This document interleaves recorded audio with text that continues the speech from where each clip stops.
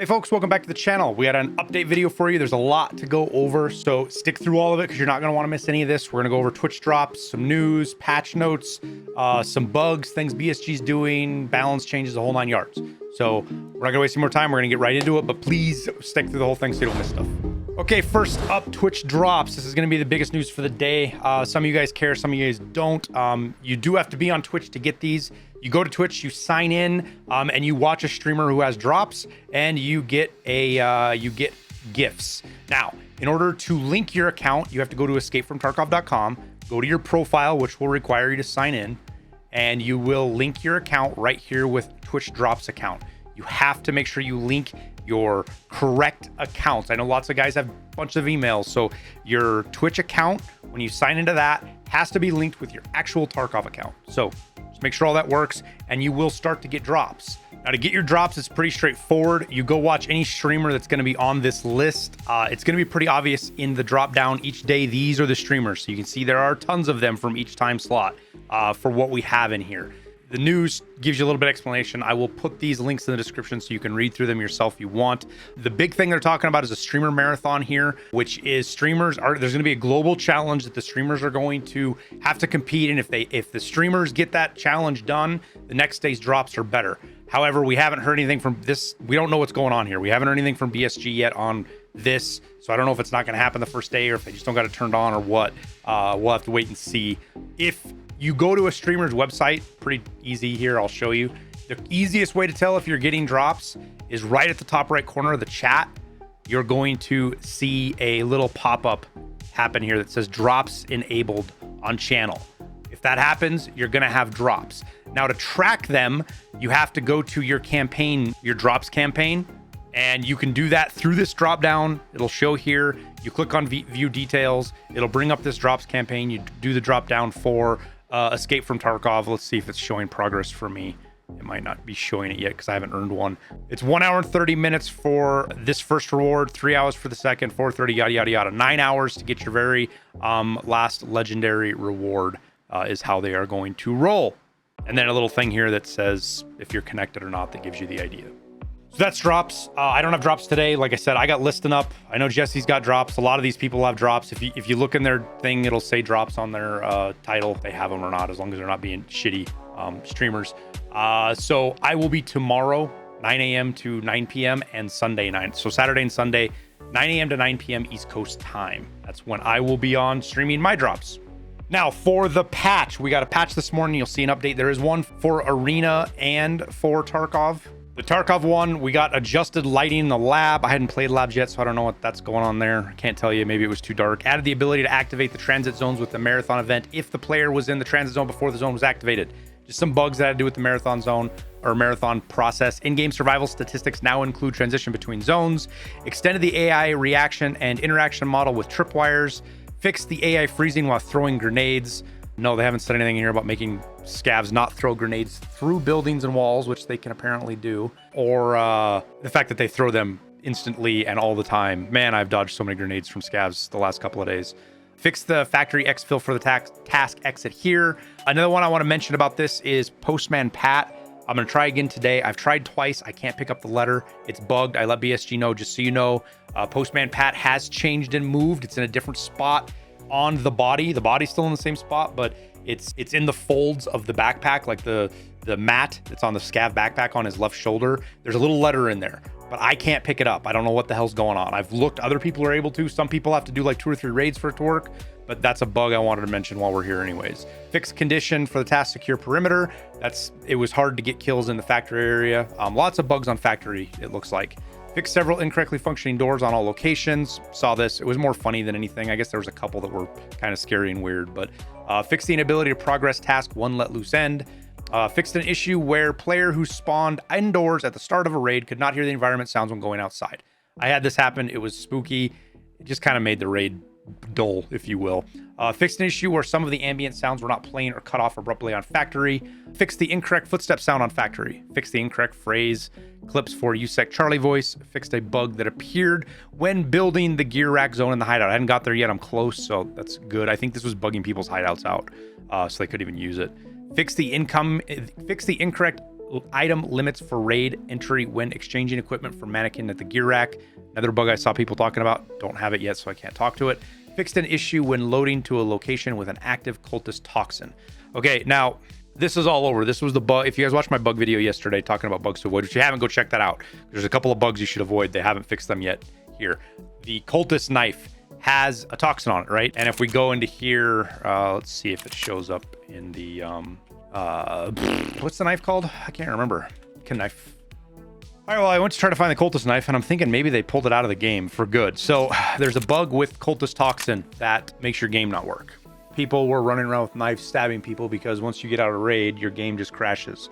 So I don't know if this fixed that or not. If you're one of those poor people that are dealing with this right now, comment down below if you're able to get back in the game or not. It's high on BSG's priority list. They knew about it. They've been working on it. It looks like they just took the knife out.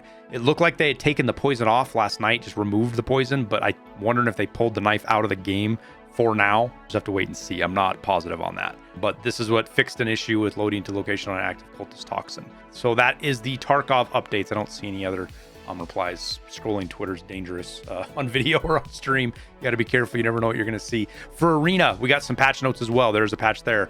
A number of quality of life improvements have been made with interacting with the preset customization and armory menu. So this is just stuff with the armory menu, which if you guys have not checked out Arena, it is so much better.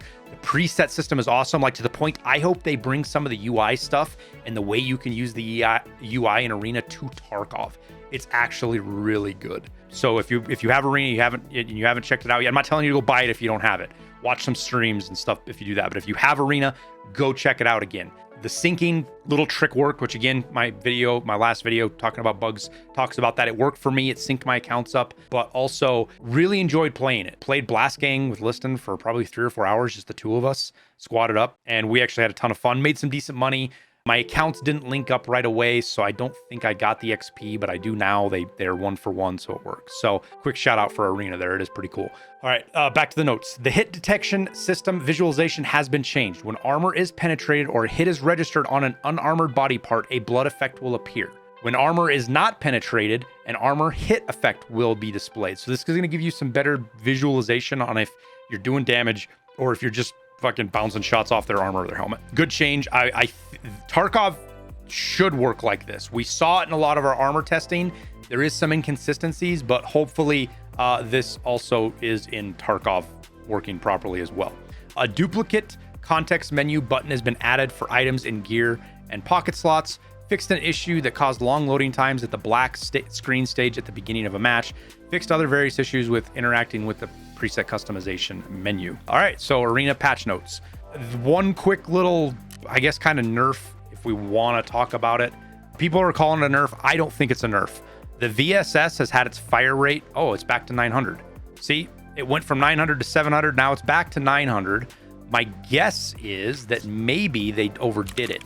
So they lowered all the 9x39 weapons. They lowered them to 700. I'm going to go look at the VSK here real quick. I think I can buy one, right? Yeah. Or that 989 one, sorry. Yeah, they lowered this to 700. They must have done it to all of them on accident, but they put the VSS back to 900. So this is 700 fire rate now. The 9891 and the VS94 are your 700 fire rate, whereas the VSS and ASVAL are your 900. I will make sure about the ASVAL as well, but it should be 900 too. Yep, 900. So looks like a little mistake on BSG's end that they did it all of them, but they went 700 of those and on all of them, but then they put those back to 900. So it doesn't even matter anymore. Everybody freaked out about it for nothing. It was a mistake, and BSG corrected it. News, Nikita, just a quick little thing. He does like his Niki leaks. We got an animation here, and if you watch closely here, let me make it big.